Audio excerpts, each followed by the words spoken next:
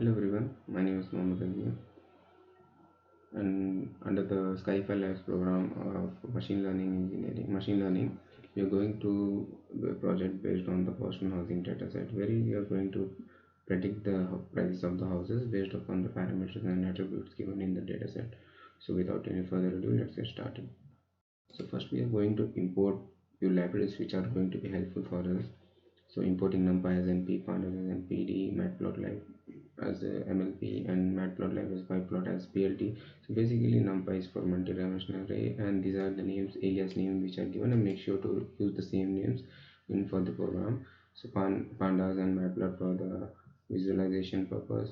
So after running cells, so basically you shouldn't get any errors, and if so, then make sure that you have imported valid libraries. And once we have, then we are going to do the data processing, data importing, and description of the dataset. So we are basically loading the dataset by calling load underscore Boston function, and we are saving that dataset into the name Boston.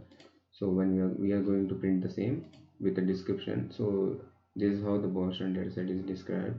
So it says it has 506 instances, which meaning that 506 rows of data are there, and 13 attributes within 13 parameters are there, based upon which it is given in the columns. So other parameters such as attribute information, CRIM, which means the capita crime rate by town, and such as whatever the names are given in the columns, it is described here what it belongs to, such as LSTAT means lower percentage of lower status of the population, MEDV median value of the owner occupied home in $1,000, etc. Another such information from which the dataset has been imported and everything. So basically after importing the data, so what we are going to do is we are going to load the data into our data frame. So we are giving the name as features, and we are loading with by using the pd.dataframe function. So we are loading the boston.data, and we are giving the column names boston.features underscore names. So when we print the features, so here is our dataset. So this is how it will look. It has 506 rows and 13 columns. So now to get any column, you can call those particular column name by calling the name of that data frame, the features of DIS or features of TAX for tax.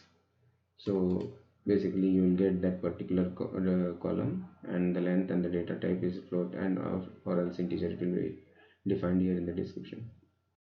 So now what we are going to do is we are going to add one more column, which is a target value column. So similarly we are going to write target equal to pd.dataframe of boston.target comma columns equal to target, which means in the Boston housing dataset. So we are adding a column named target, and we are storing it in the sim data frame as a, so the name given for the file is the target. So when we print the target, so we'll get the last column.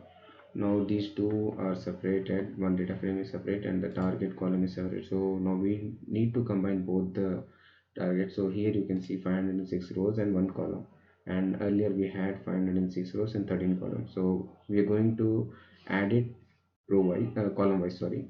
So basically you have to get 506 rows and 14 columns, 13 plus 1, 14 columns. So the last column should be target column. So so first of all we are going to see, we can print the maximum and the minimum value of the target. So 50 and 5 are the maximum and minimum respectively. So we are going to concatenate. That means that we are going to add two data frames column wise. So pd.concat features comma target. So features has 13 columns, 506 rows, and target has one column, 506 rows. So basically what does axis equal to 1 specify is that you're adding column wise. So if at all you do not mention axis equal to 1, as a default it takes as axis is equal to 0, which means that it is going to concatenate the data set, which concatenate both of the data set row wise. So we have specified 1, that means that we are going to concatenate column wise. So after printing the same, we are getting 506 rows and 14 columns. So by this we have confirmed that our dataset has been concatenated and what required target value is at the 14th place of our dataset. Now let's perform the data visualization. So when we do a data frame, so basically we save those concatenated value in the data frame name as df, and thus if you describe df to the decimal rounds, basically you're restricting the decimal value up to 2 decimals. So you can leave this, or you can, for simplicity and visual purpose, we are limiting it to 2 decimal places. So we can see that all the 14 columns are there, and you will get a brief idea about your data set over here. You will get what is the mean, what is the standard deviation, minimum, and where the values of each dataset lies, each attributes lies.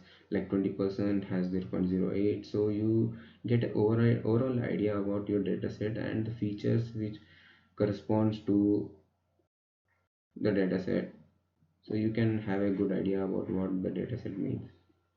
So next we are going to do correction of targets and attributes, and we are going to plot the similar with respect to attributes and correlation with the targets. Sorry, it was correlation.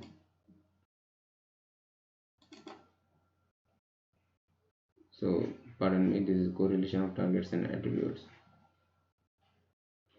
And when we plot the graph, we see that the LSTAT, which is,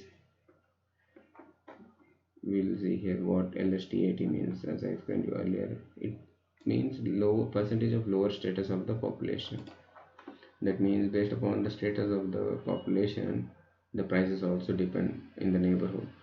RM, PT, RATIO. RM means average number of rooms per dwelling. So basically, yes, obviously, depending upon the rooms, the prices are dependent. So these attributes contribute more towards predicting the prices. And so PTRATIO means pupil teacher ratio by town. So according to this data set, these are the main attributes on which the prices of the houses depend. So thus we are going to normalize the data. Next process, we are going to normalize the data set, such as we are storing LSTAT values in the name X and target values in the Y. So we are going to print the same. So we have the last five values, the first five values of the Y. You can see here target. So basically Y is target, and we have 0 0 1 2 3 4. That means the first five values from 24.6 to 36.2, 24.6 to 36.2. So thus we are going to print the same after making it after using a scalar function and minimum max scalar function from the sklearn. So we're going to reshape the data, and thus after normalization we have the values which are lying between 0 and 1. And now what we're going to do is we are going to train the dataset. For training dataset, we are going to specify the attribute x train x test, y train y test, and we are going to split it into x y test size 0.2, and then we are going to find the mean squared error by defining the function to calculate it. So here is the formula for it, and we are going to return the value to the function definition, and thus we are going to call a update function to call the m and c values. And similarly we are calling the gradient current position using the gradient descent function, and here we are using a timestamp to know the time until which how much time does the training takes. So these are the parameters which you can play with, you can change, and you can see the learning rate and the error threshold. Learning rate is nothing but the rate at which your training model trains, so the more accurate your model can be. So if it learns very slowly, so it will give out you much accurate results. And iterations are nothing but the number of times you are training the model. So you have CPU time use and wall time, that means that this much of time it has taken to produce the result.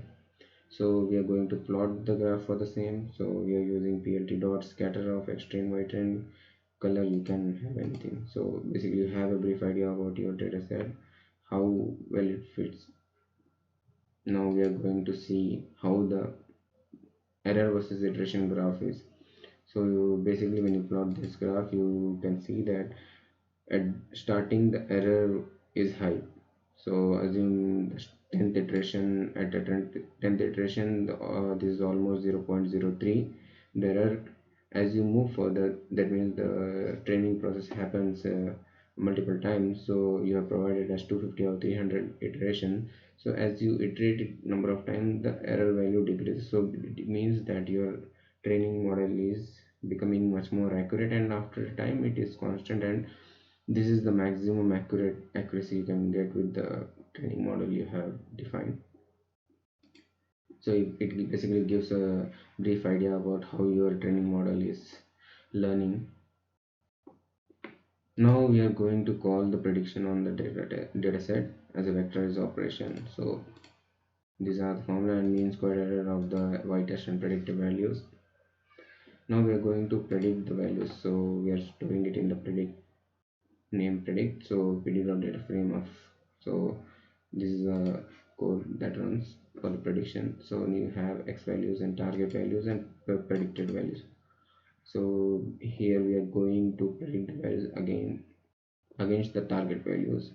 So we are going to plot the same in a graph. So you can see that this graph and these graphs are quite similar. So here you can see 0.621 the line runs. Here also almost from 0.6 to 0.85 or 87. So you can see that your predicted values are almost similar to the dataset values. So what we are going to do is we are going to reshape it. So when we run it, and we have this values where you can see that target value is 22, sorry. So predicted value is 27. So okay, there is a difference of 5 or 6, but it is quite good, 26 and 29. So you can see that predicted values is much closer to the target values. So hence by this we have come to an end. This is how the Boston housing dataset prediction works, and hope you guys liked it. And thank you Skyfi Labs, and thank you for everyone for being here. Thank you so much.